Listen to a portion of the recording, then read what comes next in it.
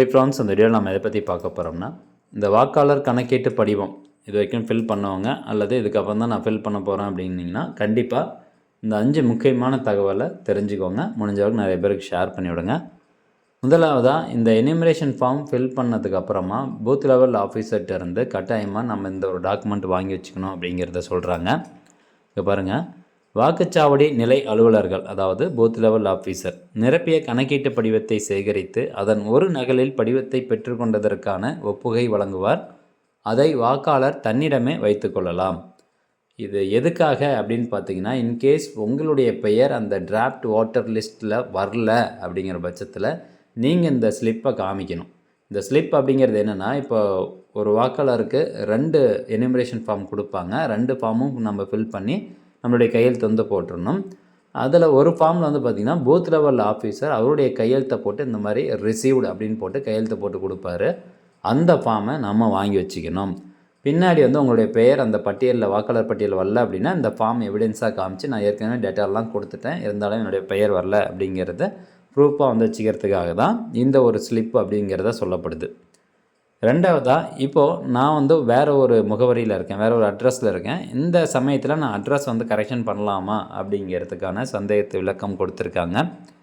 வரைவு வாக்காளர் பட்டியல் டிசம்பர் 9 அன்று வெளியிடப்பட்ட பிறகு முகவரி மாற்றங்களை செய்ய கோரலாம். ஒரு வாக்காளர் படிவம் 8ஐ பயன்படுத்தி தனது முகவரியினை மாற்றக்கோரும் விண்ணப்பத்தினை சமர்ப்பிக்க வேண்டும்.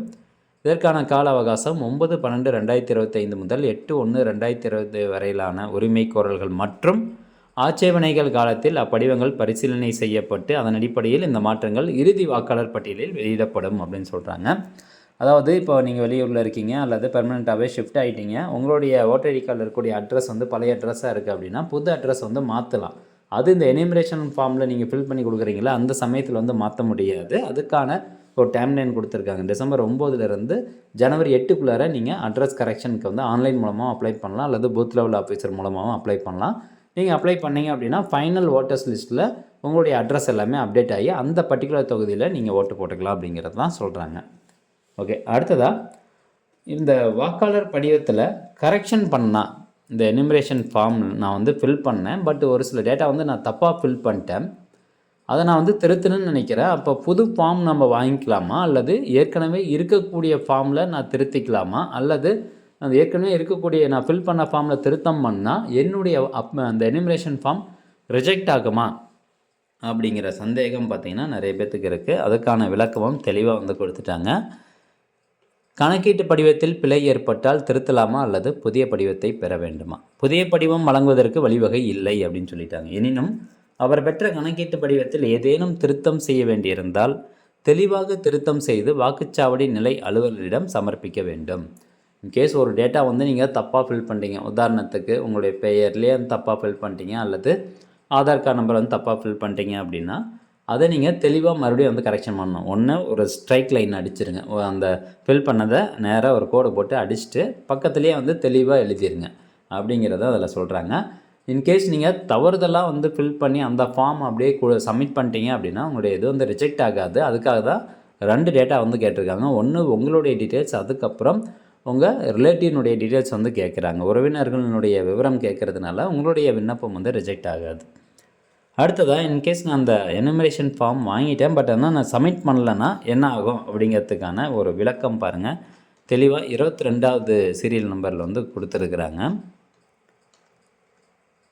கணக்கீட்டு படிவங்களை திருப்பி அளிக்காவிடில் என்ன நிகழும்? வாக்காளர்கள் கணக்கீட்டு படிவத்தை நிரப்பி அதை தங்களுக்கான வாக்குச்சாவடி நிலை அலுவலரிடம் ஒப்படைக்குமாறு கேட்டுக்கொள்ளப்படுகிறது.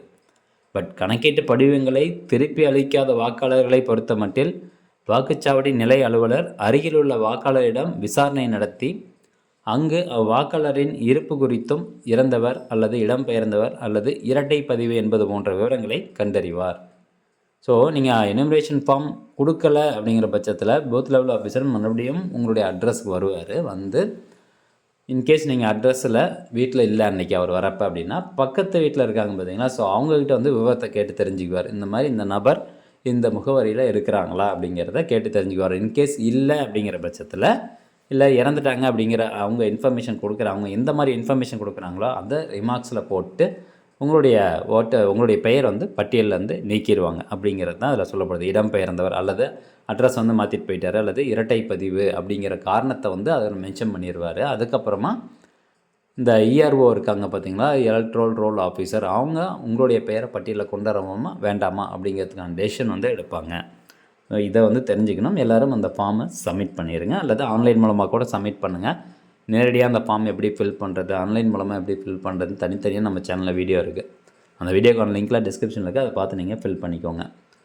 அண்டு முக்கியமாக கடைசியாக ஒரு தகவல், இந்த எனுமரேஷன் ஃபார்மில் உறவினர் பெயர், இந்த ரிலேட்டிவ்ஸ் நேம்னு இருக்குது பார்த்தீங்களா, இதில் யாருடைய பெயர் எழுதுறது, இதுக்கான தெளிவான விளக்கம் என்ன அப்படின்னு கேட்டிங்கன்னா, இந்த இடத்துல உதாரணத்துக்கு இந்த நேம் அப்படிங்கிறதுல வந்து உங்கள் அப்பா பேர் கொடுக்குறீங்க அப்படின்னா, இந்த ரிலேட்டிவ் நேம் அப்படிங்கிற இந்த இடத்துல உங்கள் அப்பாவினுடைய அப்பா பேர் வந்து கொடுக்கணும். அதாவது தாத்தாவின் பெயர் இந்த ரிலேட்டிவ் நேம் அப்படிங்கிறதுல கொடுக்கணும். இந்த மாதிரி தான் இந்த உறவினர் பெயர் வந்து கொடுக்கணும். உறவினர் பெயர் இந்த இடத்துல வந்து அவங்களுடைய பெயர் கொடுத்துட்டு கீழே ரிலேஷன்ஷிப்பில் அப்பா அப்படின்னு சொல்லி கொடுத்துடணும். இப்படி தான் அந்த ஃபார்ம் வந்து ஃபில் பண்ணணும். இந்த 5 தகவல் கண்டிப்பாக உங்களுக்கு பயனுள்ளதாக இருக்கும் அப்படின்னு நினைக்கிறேன். மீண்டும் அடுத்த ஒரு நல்ல பதிவில் சந்திக்கலாம். நன்றி, வணக்கம்.